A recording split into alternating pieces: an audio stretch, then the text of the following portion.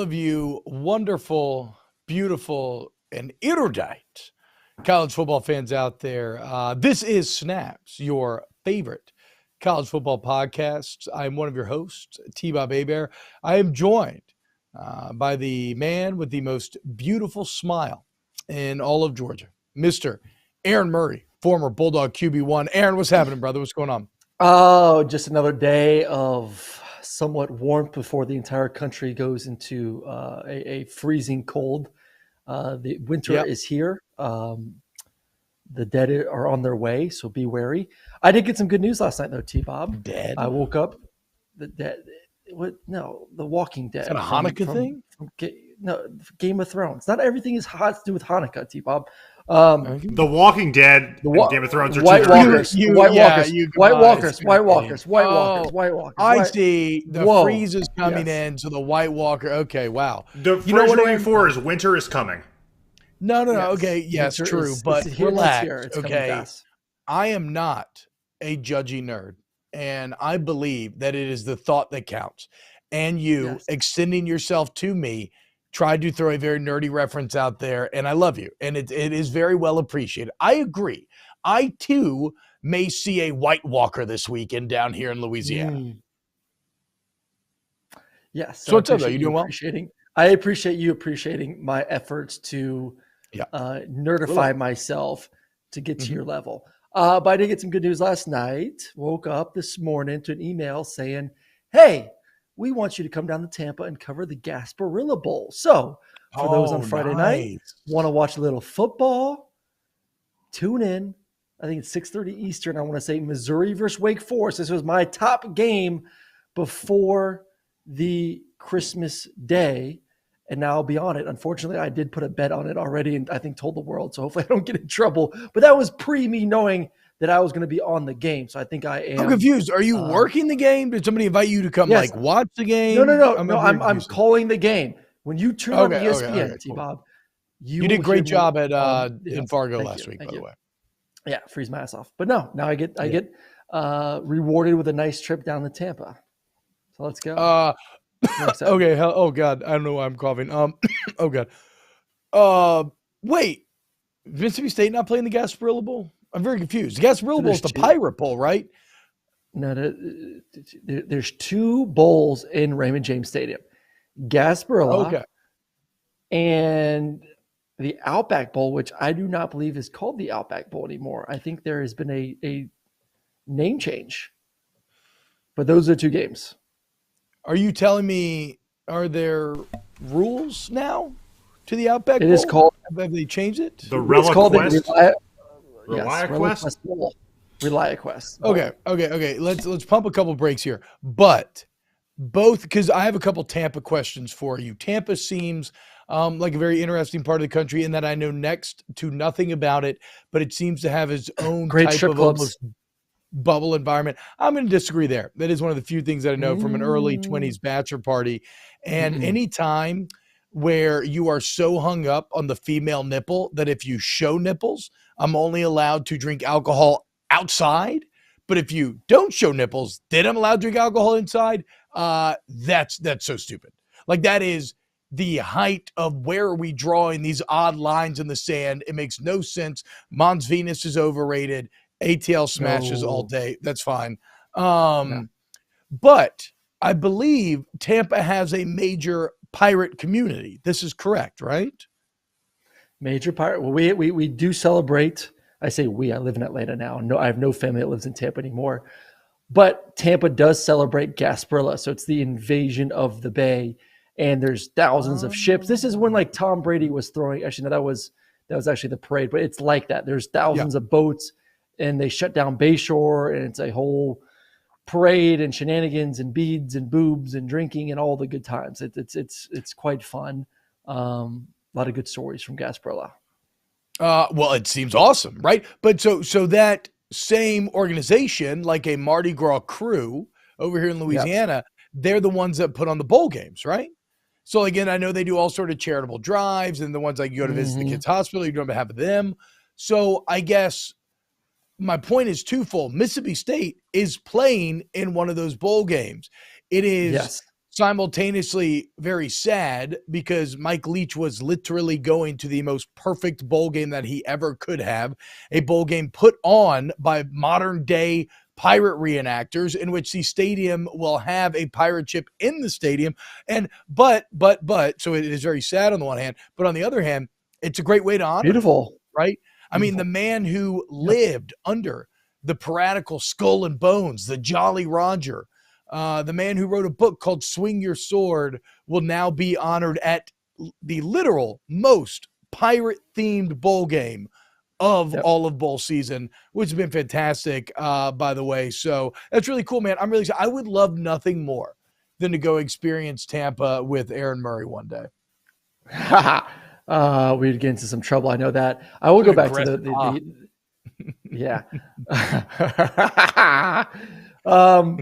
I think it's very fitting. I love it. And I hope that the bowl game has now had 3 weeks. They will have 3-4 weeks to essentially put something together that is very, very special for Mike Leach. I mean, I'm not like, my imagination is not great in this sense, but I'm hoping like just nonstop, just booming cannonball fire, all that good stuff. They'll do something right. Like, the bowl game is always one of the better bowl games. It's not one of the quote unquote elite bowl games. Like, we think of like the BCS era, the playoffs, the Outback Bowl. I've played in it. I think you've played in it. They do a hell of a job. It's a beautiful stadium, beautiful town. Weather is going to be incredible. This was, to me, the most perfect game to celebrate one of the best coaches, most exciting coaches that we ever got to witness. So for those who are like, man, you just kind of look on the outside in like, oh, I don't want to watch Mississippi State versus Illinois. That game sounds kind of blah. It's actually a great matchup, though. I agree. I do think it's a very good matchup. But I will say this. Just make sure you tune in for the first 10 or 15 minutes. Just see the beginning of the game and the honoring of Mike Leach. I think it's going to be pretty badass. That's all I got to say. Yeah, I hope that I'm interested to see if Mississippi State could turn around the uniforms in time to get like a Jolly Roger on the helmet or something. They should just wear like the old Buccaneer helmets. That's what they should do. Yeah. I mean, I guess you're not wrong. Just like color them a different color. No, I actually never got to play in the Outback Bowl. Aaron, that's what I'm saying. I have no Tampa experience outside of one bachelor party weekend, of which I don't remember half of. So it's a very limited Tampa window that I am drawing from here. One day I hope to rectify that. You know what time it is, boys? It's that time of year. Nowadays, Christmas is in the air, which can mean but one thing. It's teen boy season here in the college football world, as over the next couple of days, every college football fan in the country will be locked in trying to see which hard-body teams they're going to recruit to their favorite program. The boys that will decide the future of your team. Will you be a dynasty? Will you win championships? Will you fail? I mean, I guess a little bit of this is all taken away because you can just get other older boys from the portal in a couple of years. But the point is, National Signing Day is tomorrow. Now, I want to be clear about this. I am not someone who follows recruiting. It's not that I don't care about it, because it is the literal lifeblood, and it is the main core fundamental element that you must have if you want to be an elite program. What I don't like about it is the element in which we focus on a single player, right? Like, again, in the micro, when you zoom in, I don't really give a damn about a single individual player, though certainly like for LSU, there's like a Desmond Ricks at corner out there, 5-star, sure. There's going to be your big guys. But I don't really care about the individual players. I do, and I know I've said this before, but I do think there's huge value, though, in something like the team rankings, the macro view of recruiting. Because if you want to compete for championships, and if you want to be in this college football playoff, I do believe you basically have to be a top 10 class. Every now and then you're going to get a school that maybe punches up and does a bit better. But I mean, if you look at the just top 10 on 247 right now, Alabama, Georgia, Miami, Texas, LSU, Notre Dame, Ohio State, Oklahoma, Tennessee, Clemson. Who do you think about making the playoff year in and year out? Every single team you think of was right there in that top 10. Actually, maybe save for Michigan, who's all the way down to 19 right now with just 21 commits, interestingly. But the point of this is, sure, you might get lucky every now and then, but if you want to be a perennial power, you have to kick ass on the recruiting trail. You must find yourself in this top 10.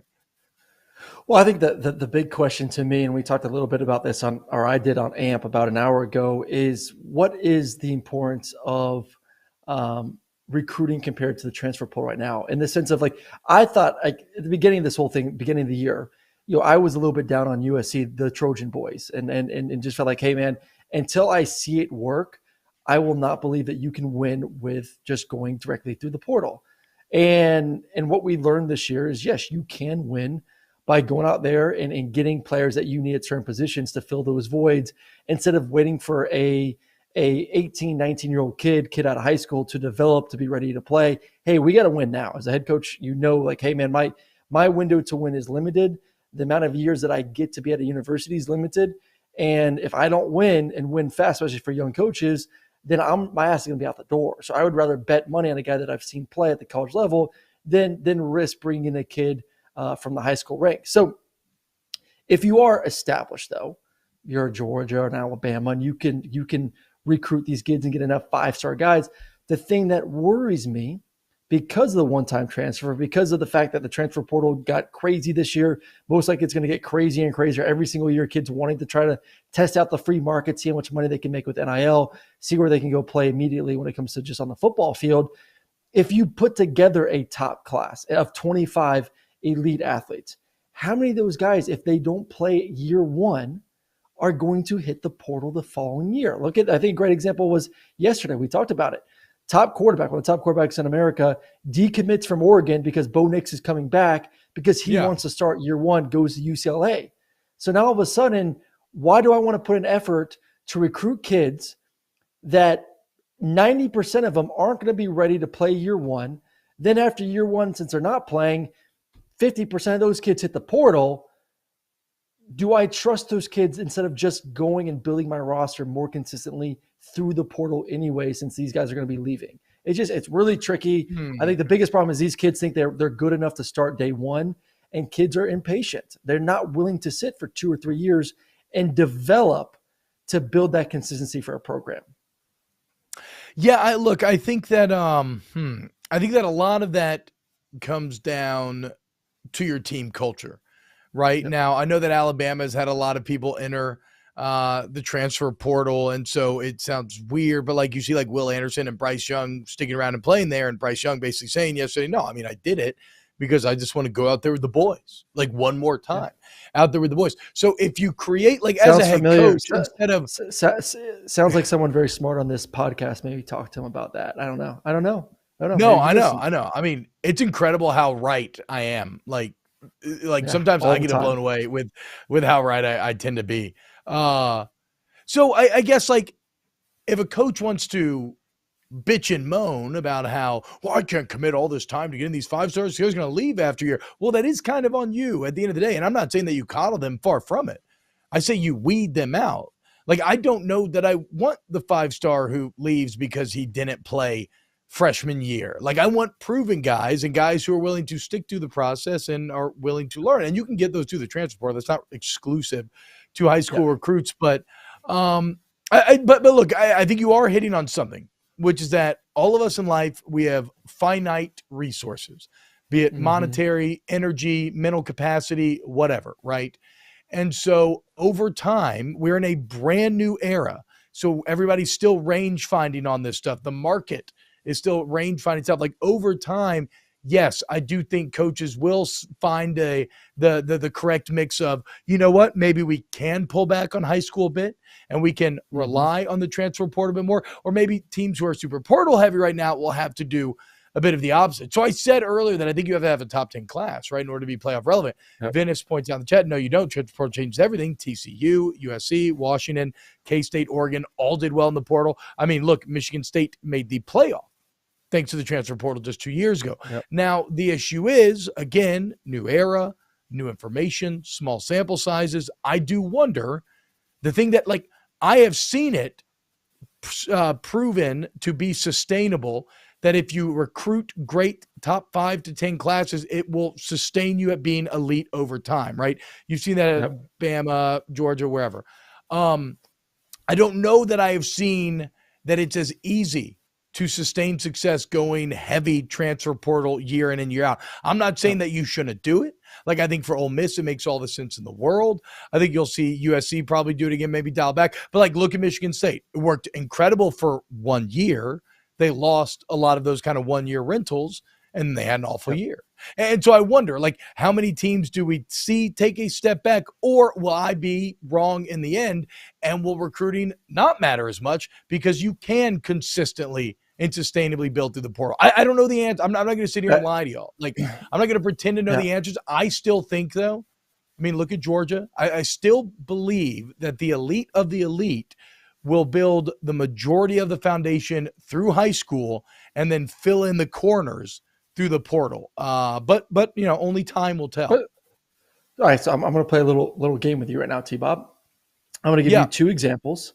You have 25 spots to fill your roster. I don't care how you break it up. Transfer portal, kids out of high school.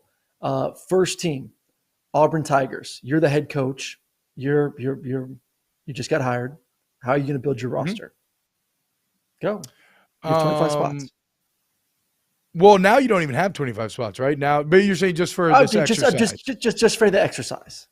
Play the game, T-Bob. I mean, no, you're going to go first year. You're always going to go portal heavy, but I don't know if that's what we're talking about here. I feel like we're talking because if you're rebuilding the portal, look at Brian Kelly. He literally took disparate pieces from all over the country and won the SEC. This is why this is the answer, though. Like it all. It's once again. It's no, but Brian Kelly wouldn't ideally want to do it that way, though. He wouldn't want to do it that way. He has said, but it's team by team. It's by situation, though. It is by situation. Like, if you're in that kind of situation, you have to hit the portal. That's all I wanted to know. Like, I was going to compare them to say an LSU, who now had the 1 year of doing it. Now, what do they do going forward? Do they focus more on the traditional route, since they kind of filled in the pieces they felt like they needed in year 1? Like, well, it's just a springboard. That's all it is. It is a springboard that can close the gap real quick. But I do think, for longevity's sake, the answer, and I think you both and I agree, the answer for building for 5 to 10 years, to if you're lucky enough to get past that and your tenure at your university, is still going to be, like you said, bring in top recruits, pray to God that they stay on campus, and then you fill in the spots as you need them each year if you want to go through the portal. Now, it does get a bit interesting, though. Like, if I'm a school like Ole Miss, and Venice in the chat again says, if I'm lower team, I'm going to the portal every year.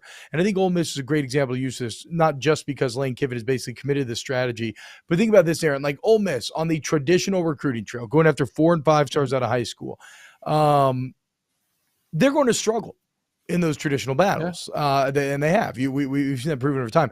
I think, though, when you allow guys to season, to get a little seasoning for a year or two in college football, and you can more clearly see, okay, who is actually good, who is maybe not. And then you have these elite rosters like your Georgia and LSU and Alabama, like those elite rosters. Well, they're still building the majority of the foundation through traditional recruiting where you are losing, but that also means that they have less spots to fill. And so, maybe those big guys are still taking a lot of the biggest names out of the portal, but I do believe that it opens a very interesting kind of mid-level door for an Ole Miss to get a lot of the meat and potatoes and the kind of bones and sinew of their roster of guys who are maybe 3 stars that prove to be way better than that on some college level, or maybe some 4 stars that are coming from, like, it's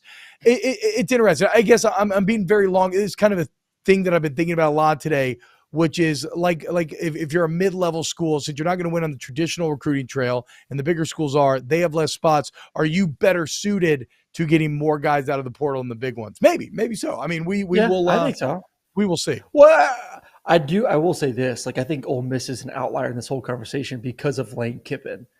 Kids aren't committing to Ole Miss; they're committing to get coached by Lane Kiffin. I think that's why he had so much success in the portal, because we all know who Lane Kiffin is. He's a personality. He's like we talk about with Dion. He has that maybe not in-person personality, but he works his fingers well when it comes to social media and Twitter and staying relevant in a lot of people's minds. Like they're committing. But is that what you to him. have to have? You take away. Like Beamer does what I'm saying is if you take away Lane Kiffin from Ole Miss does not have that kind of success in the portal. So I think it's more of who the coach is at those like smaller schools will also dictate what type of guys you can get in the portal as well. I guess I don't think these hear kids are that, saying like, think, I'm going to go to Ole Miss instead of Alabama. No. They're going to go there because they know Lane Kiffin's there, especially on the other side of the football. They're going there to get coached by Lane. We are in agreement. And I guess when I hear that, I think of the coach in the school as being interchangeable, right? Like, people aren't committing to South Carolina; they're committing to Shane Beamer. So it's the same type of deal. So yes, I mean I agree with you there. Where if you're not a school that's just a draw in and of itself, that the coach it matters just as much, if not more, even more than school, whatever. So we'll see. I'm fascinated again. Rare is the time in life when you get to watch the literal birthplace of a new market. And I'm fascinated to see Adam Smith's kind of guiding hand where this is all going to go over the next couple of years. I mean, already, I don't want to talk about this just freestyling because I want to have some hard numbers to give y'all, but already the transfer portal numbers were vastly different than last year, where you saw a ton more guys leave and, a ton of guys end up without teams. You saw lower numbers this year, but we'll see where it shakes out by the end. Aaron, do you want to talk about some of these top classes in the country? Again, not really. I'm not going to approach this I'm not going to tell you about any recruits. Like I can't tell you about any. I cannot tell you a single thing about a single recruit, but we can look at team rankings, look at the future, and maybe look at some of the value to be gained therein. Brum, did you want to hop in? I heard you open your mic for a second. Oh, Aaron's mic is fucked up. Oh, okay, cool. All right, cool. It's just very much not working. So I was about to jump in case Aaron couldn't talk. Walker Dog says, "Why is the dang transfer portal window so large? Should only be a couple of weeks tops." Well, not working. I don't know that it matters. There he is. I don't. There. Hey, we're live. Hey, bud. Man, hey, I liked you a lot better when your mic wasn't working. Yes, let's get to the top 5, T-Bob. Come on, let's break it down a little bit. Yeah. Okay, let's start with so look, no doubt. Speaking of sample size, we have a 2-year sample size of a slip in Alabama. Now, slipping is relative, but you've seen a lot of close games, much more than you're used to. I think I read a stat a few weeks ago where it was like 25% of the one-score games in the Nick Saban era have come from the last 2 years, right? So the games have been now again, slipping is relative because an Alabama team that's lost 3 games over the last 2 years, maybe 4 games. I can't remember exactly. I think 4 because Jimbo last year and then 2 this year, right? Yep. And then the Natty. So 4 games over the last 2 years. Again, it's all relative, but there's ample argument to be made that maybe the Empire is showing its cracks. That said, I will never doubt Nick Saban. Like, I'll never believe that there's a body when it comes to Nick Saban unless you show me the still no longer beating corpse, right? Like, and so when I look at the Alabama dynasty and then I look at these recruiting rankings and I see that Alabama's number 1 again on every single major recruiting source, be it 247, On3, Rivals, whatever.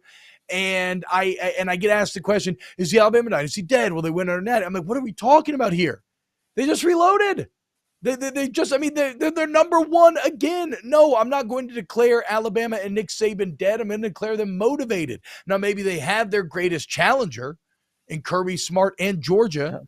I mean, Disney loves to do this in their Marvel films and TV shows. It's like, hey, who's the good guy? Let's just create a bad guy version of him and have them fight. Basically, that is playing out right now in the SEC with Saban and Kirby Smart. So, yeah, maybe they have their greatest challenger, but Alabama's not going anywhere, dude. They're not going anywhere. Yeah. Are you trying to say Kirby's the bad guy? No, hell no, dude. Okay. I mean, he will be because we all know you either what? You live long enough. What is it? You You either die a hero or you live long enough to become the villain. I cheered for Georgia when they first beat Alabama. Georgia's about to transition into villain territory, but no, I mean, Nick Saban's the emperor. Of course, he's the bad guy here. All I'm saying is they are two sides of the same coin, right? They are Joker to the Batman. Like, they are intrinsically linked. And yeah, Georgia may be their greatest challenger, but Alabama ain't going anywhere. And guess what? Now in 2024, Alabama's going to get in the playoff every single year. Every year. Yeah. So you're going to have to – they're going to be a hard out from here on out. I mean, Aaron, you were very afraid of Alabama getting in this year. You were like shaking a little bit, tweeting about it constantly, shaky fingers, sweat pouring down your face. How are you going to handle it when all of a sudden the Tide are in there every single year? Yeah, I'm probably not going to sleep for the entire time that the playoffs are going on. Most likely, yeah, just freaking out. T. I will say this: like we talk about, like what do certain teams need heading into next season? I think the big thing is they need a quarterback. Like, you're losing Bryce, you're losing the best quarterback that he's had in his tenure there as the head coach of Alabama. Who are you going to replace him with is now going to be the question for Alabama. Is it Jalen Milroe? If you're an Alabama fan, do you feel confident in Jalen Milroe? No. He can run. No, bro. I mean, are you confident? Are you confident Ty Smith? Guy hasn't really played a lot. You look at the portal right now. I really haven't heard a lot of news about certain quarterbacks or top quarterbacks in the portal, which I still don't think are good enough to take them over the edge. To them looking at Alabama right now. Plus, they just lost a bunch of receivers in the portal. So that being said, your two issues that you had this year. So, like, you use recruiting, just like you use the portal to fill in the areas that you need, to focus on those areas. Right now, the two biggest areas that Alabama is going to need help with next season is the quarterback spot, which they have one quarterback in there right now, a 4-star kid, out of Louisiana, actually. I don't know if you know him or not, Holstein, a 4-star kid. Yeah. And they got some receivers in the class as well. But to me, it's great and all, but their biggest need at quarterback is still, as of right now, not filled in heading into next season. And if you don't have a quarterback, as we know, it's going to be the same old thing as we saw this year, if not maybe even worse than they had this year. Well, you can't say same old thing as this year, because this year they had the best quarterback. Yeah. And they just struggled everywhere else. Not making the playoffs, in the sense of not making the playoffs, I mean. Like, you're going to get a good, not great Alabama football team. Maybe, but in a world where I'm seeing Jalen Hurts now make himself into an NFL MVP, see Taysom Hill do some interesting things with the Saints, like, I don't know, man. There's a little off-meta zig to the zag. If they would go Jalen Milroe, be like, okay, we're not spreading out. Like, get Dan Mullen on the phone, the man who could create an offense to make Tim Tebow and Dak Prescott these elite passer throwers, and then he can do a pocket passer when he had to. Like, I don't know if Bill O'Brien is capable, but I'll be very interested to see if you do go with someone like Milroe. Can you create a successful rushing quarterback offense? Because I think you can. I think in a day and age when everybody is preparing to stop the spread, there's probably some value to be gained by going a little bigger, going more run-based. And again, I do think you're seeing that in the kind of NFL meta right now, which granted is far different than the college football meta. So I guess the overall point here, though, Aaron, is the rumors of Alabama's death have been greatly exaggerated. Yes. When I look up and I see this, and somebody was saying today in the chat that they're about to add like the number one offensive tackle, like the number one outside linebacker, I think like 2 5-star DTs. Like, it's only going to get better even than the class looks right now. So doubt Saban and Alabama at your own risk. Do they beat? The question is, I've heard a lot of people, we talked about A&M last year. I'm just looking at 247.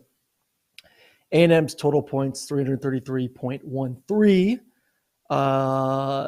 Mac Jones is not a franchise quarterback, Big Lucci. Get the hell out of here, With those additions, Alabama, based on 247s, I don't know if is it 247, 24/7, whatever.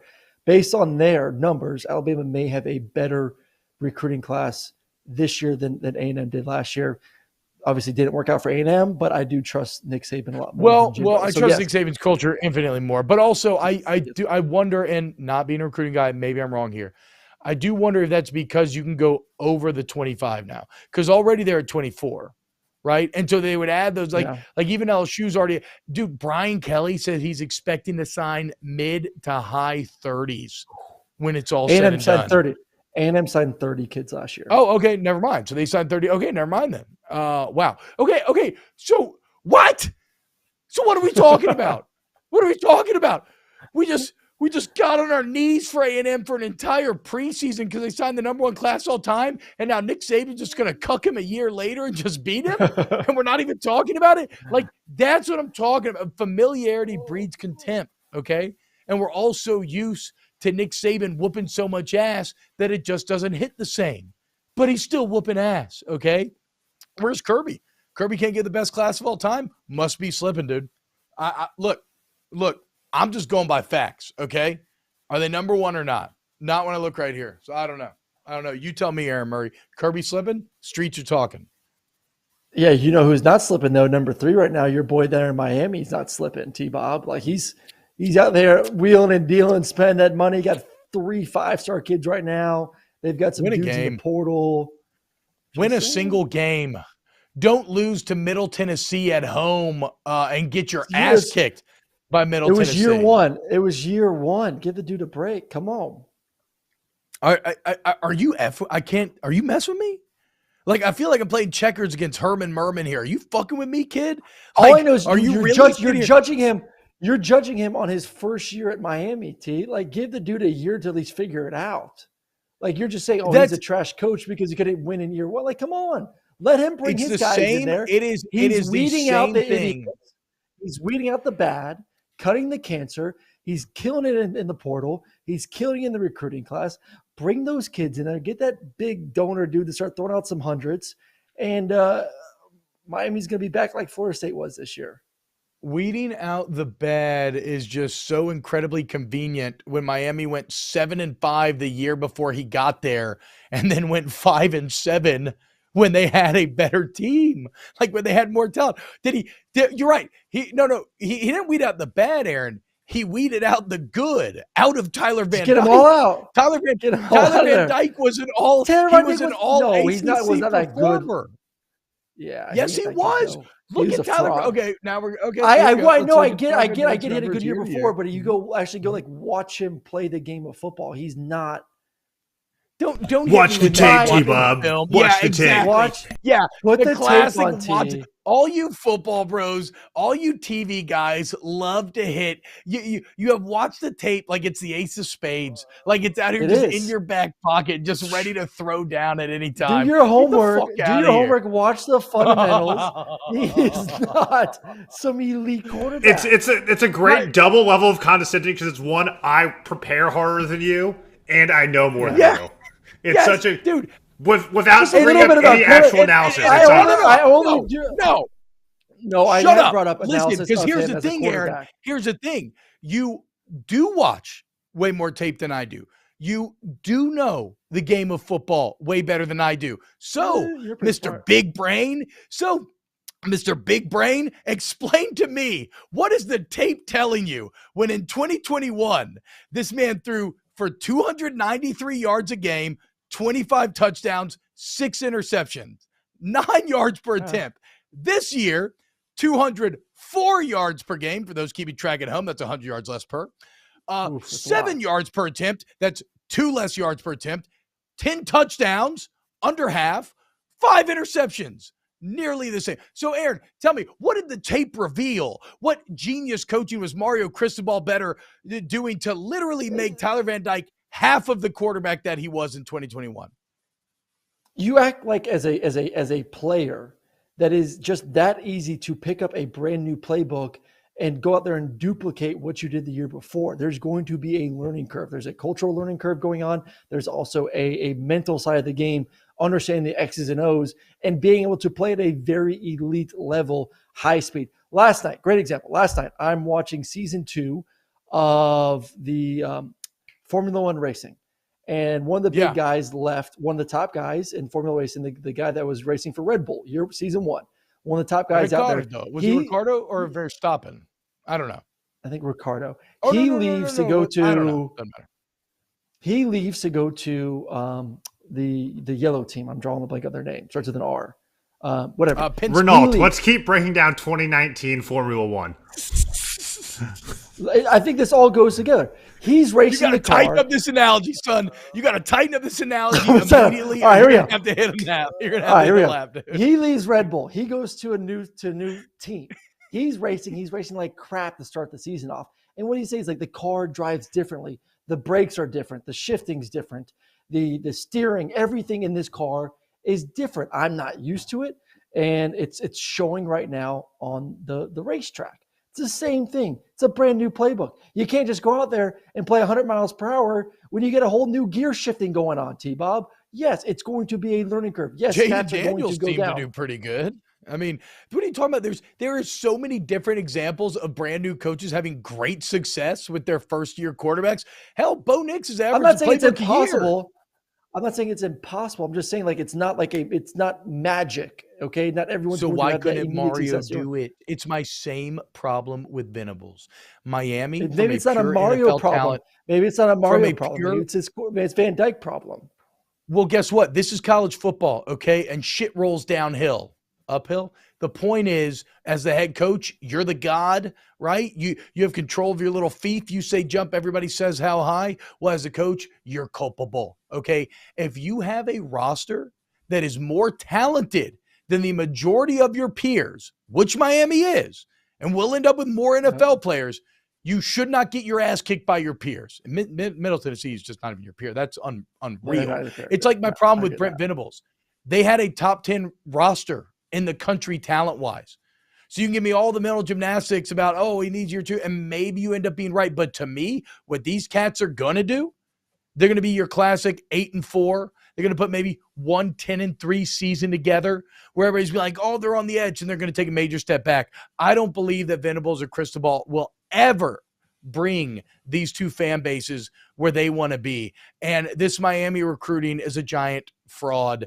Miami as a whole are frauds. No one wants to go to Hard Rock Stadium in 100-degree weather, an hour away from campus. I will believe it when I see you're going to more Miami's a fraud, and I think that's the problem. Like it's too.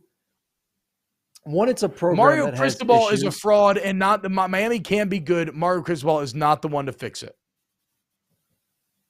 Is anyone good enough to fix it? I think that's the bigger question. Like, is anyone good enough to fix Miami? Is Miami fixable? I guess is the right question, regardless of who. I think they're in a little bit of maybe like I think they're in like a bit of a UCLA situation. I think one of the main things you need to do would be change the stadium up. I would say go more intimate, bring it close to campus. Because it's a small student body, right? Like there's not a lot of it. It's a private school. I mean, I will say this, it would be super tight to make millions of dollars and live in Miami in college, but that's probably also a little bit of the problem, right? You're going to have trouble keeping everybody in line with millions of dollars in South Beach at Miami. All I'm saying is, win something, Mario Cristobal. Win a single thing in your career. I'm with you. Listen, you know who's not a fraud? I do think they're good. I think they're going to be in a position. Sorry, and we'll leave Miami alone after this. No, you're good. I think. Will they win the ACC? The easiest conference to win. Similar to Jimbo, you are now putting yourself in a situation where in 2 years from now, Jimbo obviously with the how much money they're paying, they can't get rid of him. But Mario's putting himself in a situation for 2 years from now, there will be no excuses. Like, I'll give him one more year, but in 2 years, you've hit the transfer portal. You have a top 5 class that will be their second year on campus. In 2 years, it's make it or break it for him, honestly. And to be fair to Cristobal, he did win a Rose Bowl at Oregon and finished number 5. That's the best season ever had. Brum, are you ready? And I know that I argue against this with Matt Rule all the time. So if you're going to sit here and accuse me of being a hypocrite, you can hypocrite these nuts. Brum, are you ready? What do y'all think Mario Cristobal's overall record is in his career? What do I know? Okay, we've been over this, T-Bob. He was at some pretty bad places. So he wasn't. Maybe he was at one bad school, Florida International, and I'll give him credit. And what was his record there? 1-11 year one. So take it out then. Okay? Take that out. Okay, I'll take that out. Take that out.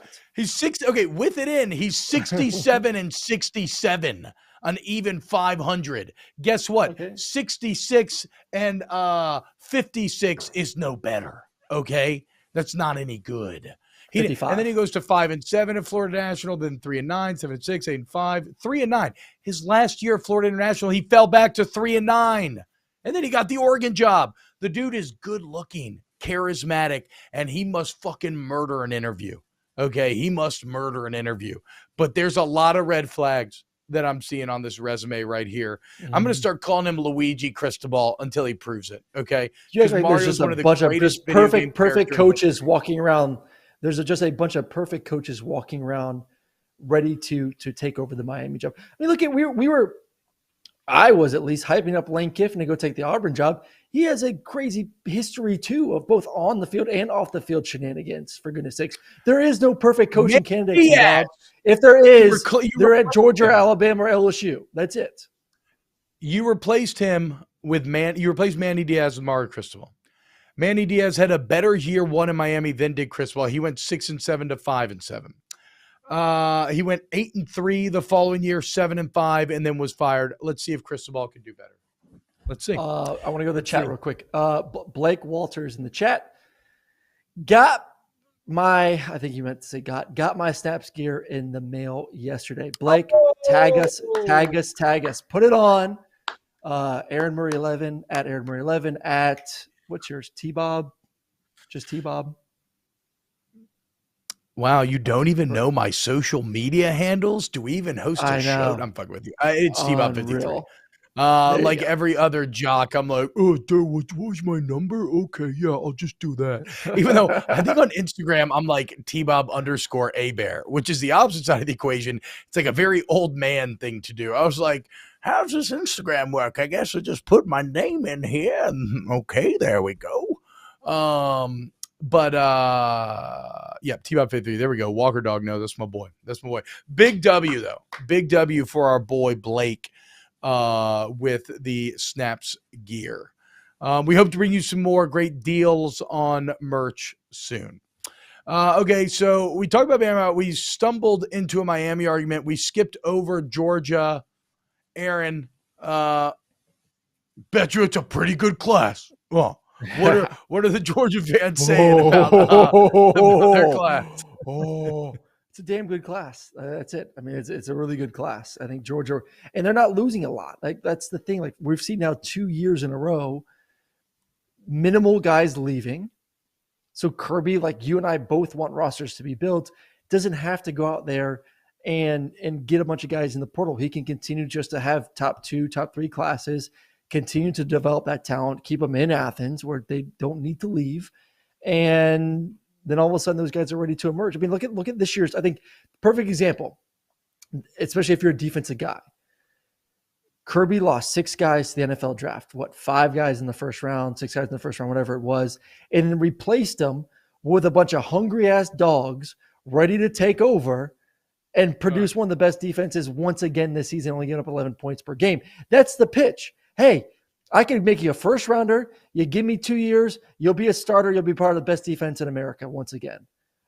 You don't just patience. That's the first thing he's telling every top recruit as he goes in there. When you get your time, you will be a member of one of the best defenses in the country. So it's a perfect example of wait your turn, good guy, and good things will happen.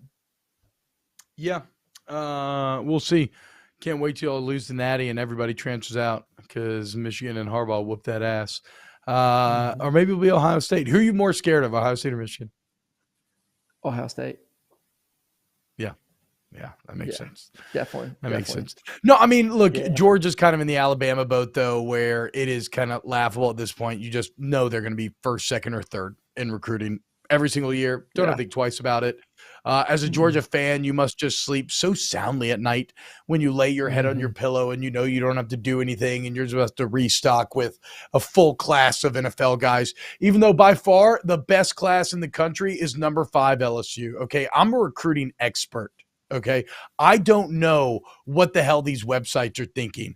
I look at LSU's class, should be 8 5-stars at least. I've watched all the high school tape. Okay. Nobody has watched more teen boys than I have this year. And my takeaway as an expert is that LSU should be number one. Pathetic they're not. Also, number 4, Texas. How about you win something as well? I'm higher on Sark. I'm higher on Sark than I maybe was at the beginning of the year. And I'm giving him a bit more benefit of the doubt than I am a Jimbo or a Mario or a Venables. But this is a big year for him. Like Texas has to do good next year, right? Am I wrong? In this 14-team Big 12? You know what's interesting? I'm going back to your Tigers over here. Yeah.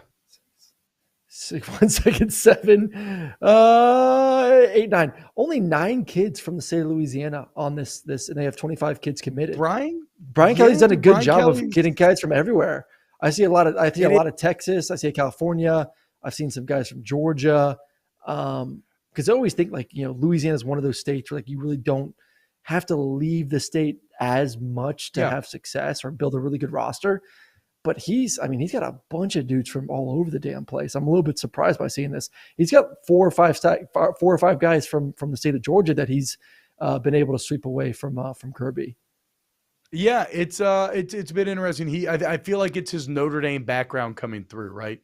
Like when you're at Notre Dame, that's what you have to do. You have to go around the country, and so it's kind of what he's used to. I think he enjoys the fact that he has much more homegrown talent to pull from. What he has done, though, Aaron, is they target Louisiana guys in the portal above all else. All else. I think maybe it's partially because they think when these guys get back home, then maybe they'll be in a better environment and they can fulfill some of that original talent they showed. But they just got Aaron Anderson, the receiver from Alabama, former 5-star, top 40 guy, who LSU was probably the worst returning team in the country this year. Anderson looks like he could immediately maybe help out in that regard.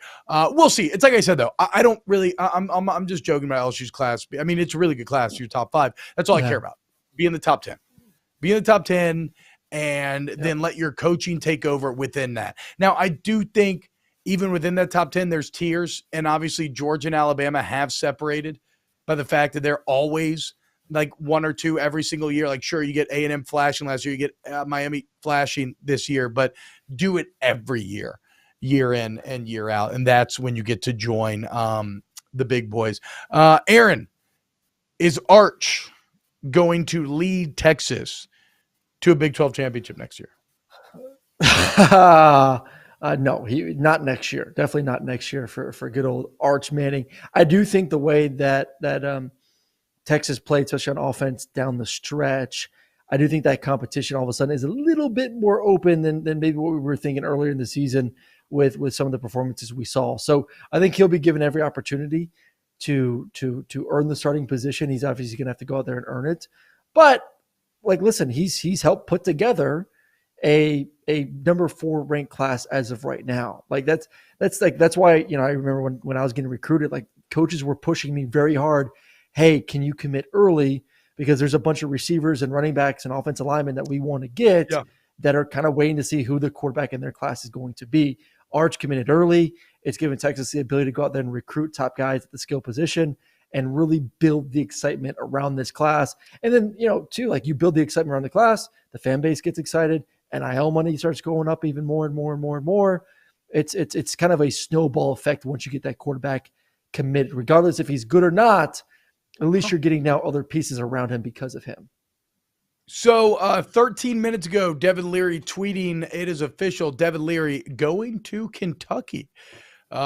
Big get for the Wildcats. I cannot wait to watch Leary throw for 2,400 yards, 20 touchdowns, and 8 picks next year. Yeah. Exciting stuff, Aaron Murray. Hell yeah.